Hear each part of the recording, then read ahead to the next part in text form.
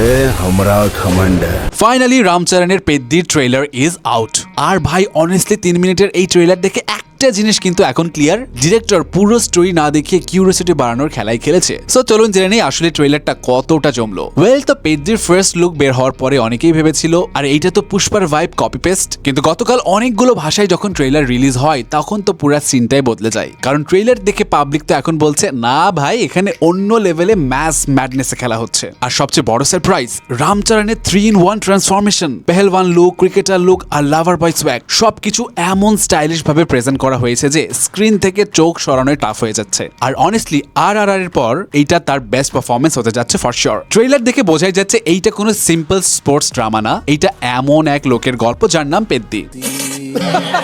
ও sorry আসলে হবে পেদ্দি sir. Local লেভেলে ক্রিকেট, কুস্তি, রানিং লিটারালি সবখানে সে বেস্ট। তাকে বলা হচ্ছে ক্রস ওভার অ্যাথলেট, মানে একটা খেলায় স্কিলড হওয়ার পরেও অন্য খেলাতে গিয়েও সেখানে ডমিনেট করা। যেমনটা MS ধোনি ফুটবল থেকে ক্রিকেটে এসেছিল, পেদ্দিও তেমন নিজের মাল্টিপল স্পোর্টস স্কিল ইউজ করে ন্যাশনাল লেভেল পর্যন্ত যাওয়ার জার্নি শুরু করবে। আর রামচরণের বডি ট্রান্সফরমেশন আর অ্যাক্টিং এনার্জি ভাই পুরাই wild fire vibe. Specially cricket থেকে রেসলিং এর ট্রানজিশন শটটা উফ, এক কথায় থিয়েটারে সিটি মারার মতো মোমেন্ট। তবে ট্রেলারের বিগেস্ট শক ছিল দেবেন্দু শর্মা, মানে আমাদের মুন্না ভাই। সে এখানে সরাসরি রামচরণকে চ্যালেঞ্জ করছে। আর ইন্টারেস্টিং ব্যাপার হলো সে কিন্তু নিজে তেলুগু শিখে ডায়লগ দিয়েছে, মানে ডেডিকেশন লেভেলটা জাস্ট ভাবেন। তবে ট্রেলারে সবকিছু কিন্তু এতটা পারফেক্টও ছিল না। তার মধ্যে জাহ্নবী কাপুরের ক্যারেক্টার দেখে অনেস্টলি তেমন কোনো ডেপথি ফিল হয়নি। অনেকের কাছে তো মনে হচ্ছে দেওয়ারা সিনেমার লুকটাই জাস্ট এখানে বসিয়ে দেওয়া হয়েছে।